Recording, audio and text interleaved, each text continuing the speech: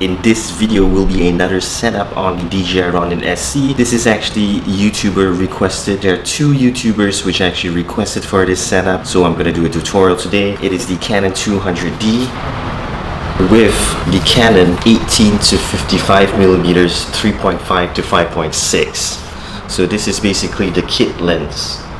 So this will be a relatively easy and simple setup. Basically, I'm going to show you right now what are the items required to do the setup on the DJI Ronin SC. So let's take a look what's required for this setup on the Canon 200D. First of all, get your tripod, your gimbal of course, your quick adjustment plate with one screw attached, and make sure that the thread is pointing on top and not the other way around. On the quick adjustment plate, you can see that the screw on this part, the slot is slightly larger. That's where the screw is screwed in, and just let it drop down. So next up we have the lens support.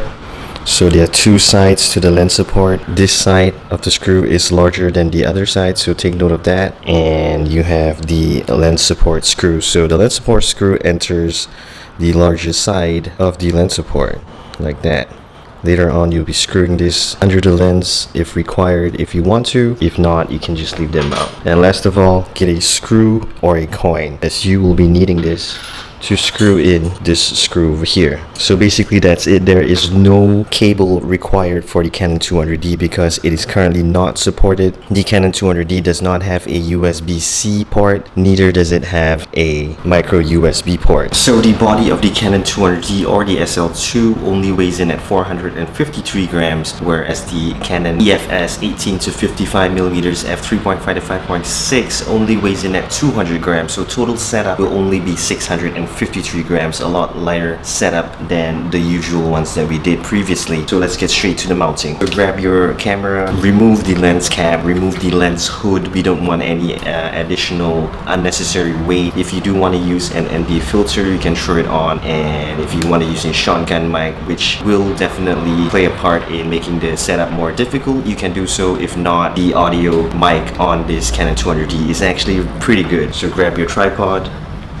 and grab your gimbal. There are two holes at the bottom, so screw it into the smaller hole at the bottom with the tripod and just let it sit for a bit.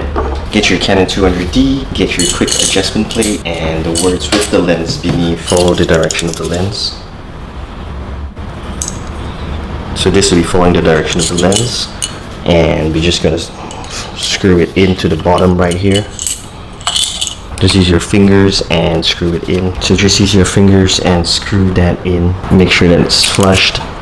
Since the lens is actually pretty long, we can actually put it all the way down to heavy so that the quick adjustment plate can actually balance the lens better. That will make it easier for you to actually mount this on the DJI Ronin SC. So make sure that it's flushed, and then use your coin or your screwdriver. Use your thumb to hold it down. Use the coin or a screwdriver. Make sure that it's flushed, and then tighten it. So tighten it nice and tight. If you want to use the lens support or not, it's up to you, because like I said, this setup is relatively light and the lens is only 200 grams, but I'm just going to throw it on anyway. Use your thumb and your middle finger to actually hold it down like that. Take the screw and screw it into the hold. And because this is a zoom lens, and by extending the quick adjustment plate all the way out with the lens support, you can see the lens support is touching this zoom part. It may hinder the movement of the zoom, so that's why I'm saying that it's up to you if you want to use the lens support or not. So if you're going to do a lot of zooming, take note of that, because like I said, this 200D does not have any capability or functionality to connect to your DJI Ronin SC because it is not compatible and they don't have the required ports. It really does hinder, and you do use a lot of zooming, you can actually skip using the lens support. So get your gimbal out. For easy reference, the joystick will always be facing myself. Unlock all three axes just above the joystick. There's a lock. To the right, there's another lock, and if you turn that around, there is one more lock at the back.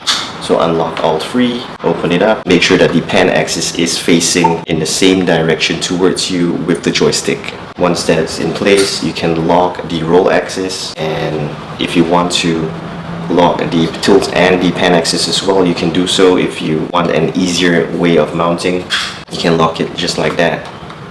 Okay, so with the joystick now facing the camera, grab your Canon 200D, adjust it to whatever zoom. I'll just leave it at 18 millimeters and just slot it in. Okay, so once that's in, we want to unlock the tilt and the pan. Okay, and then right now we're going to do the first balancing of the tilt axis. So right now you can see that it is not yet balanced. So there is a marker over here. You can unscrew the marker and let it slide so that it's easier for you. Okay, so first up, you can see right now it is tilting to the right. So at the bottom here, the joystick is here. Underneath is the screw. Just loosen the screw underneath, and then because it's tilting right, we want to slide out the quick adjustment plate to the left until it sits like that. And then for the tilt, it seems to be pretty fine just now, like that. So if it sits like that without you touching it, for the tilt axis, you do have the marker. Move the marker and tighten the marker so you can lock it in place. The marker over here. So right now, I just tighten it so that you don't have to rebalance every time you do a setup. So the tilt axis is marked right there. So since we got the pan axis balance is not tilting to the left or to the right, it's actually in the middle right now, we can actually tighten that screw underneath. And we got two axes done, so pretty cool. So next up, we're gonna do the tilt axis again, joystick facing myself, and then we're gonna tilt the camera lens facing upwards. You can see that it's not staying, it's actually front heavy right now. So over here, loosen the screw at the top, and since it's front heavy, we wanna shift it more forwards. So just shift it forward or backwards until you get a good balance.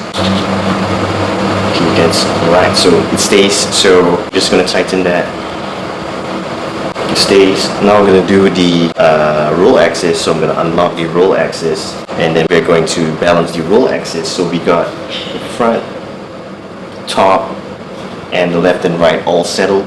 So only the pan axis left. So pan axis, just point the lens upwards.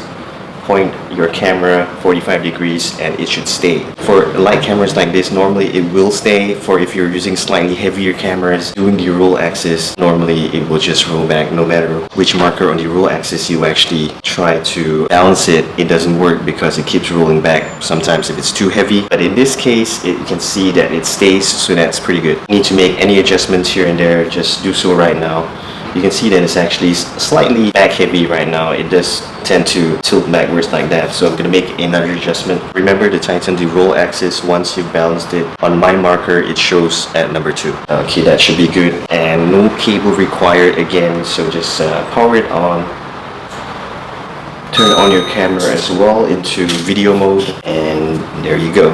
So right now, because for myself personally, I do have multiple camera setups. So normally what I do is do a new camera setup. Like just 2 hours ago, I was using this on the A6500 with the Sigma 16mm f1.4 lens, which is a much heavier setup than this one. I will just go into motor parameters and hit the auto tune just to ensure. You can see it vibrating, so just to ensure that I got a good balance. And if you have done the DJI Ronin SE firmware update to 1.1.0.0, and under status there is a new feature called advanced calibration and system calibration. So a lot of YouTubers have found that the DJI Ronin SE is slightly off when you hit the trigger button twice, it recenters. It's slightly off, so DJI actually are aware of this, and they actually, after the firmware update for the 1.1.0.0, they actually came up with advanced calibration. So this advanced calibration will actually solve the issue with the DJI Ronin SE being slightly off the center. You can see that. Pretty cool. So calibration done. Just gonna test it out. So you can see the camera looking very, very nice. It's nice and light. The autofocus for this lens is really, really loud. You can see that. So I'm gonna switch to mode 2. Mode 2 is actually the pan follow. So you can just like tilt your gimbal like this. Very, very nice.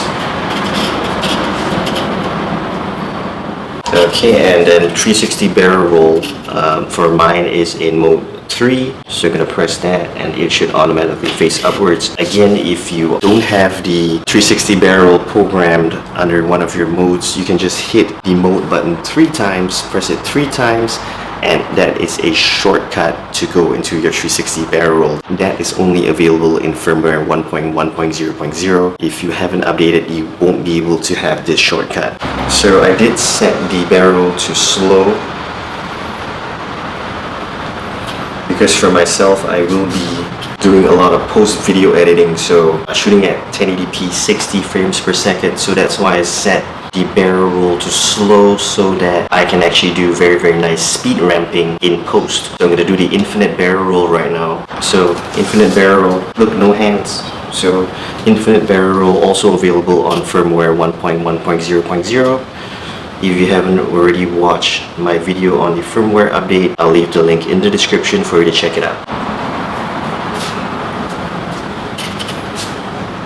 Alright, so thanks guys for watching. Hope you enjoyed this video. There are some new camera launches coming for the Sonys and the Canons. I guess if you are into the camera world, you would have heard that Sony has come up with the a6600 and the a6100, and Canon has come up with the M6 Mark II and the Canon EOS 90D. So I'm still considering whether or not to get one of those. I think among the 4, the most appealing to me would be the Sony a6600. When it launches here in Singapore, I will check it out and see whether or not it is worth the money, because right now I'm shooting on the a6500, which is doing a brilliant job, and I also have the Canon EOS RP. So at the end of the day, if I don't get the Sony a6600, I might consider getting a new lens on my Canon EOS RP. The new lens that they're launching is the Canon RF 15 to 30 or 36 millimeters f2.8 lens. So stay tuned for that, guys, in the upcoming weeks. So that's all from me. Hit the subscribe button, the like button, and the notifications button, and I'll see you in the next one. Peace.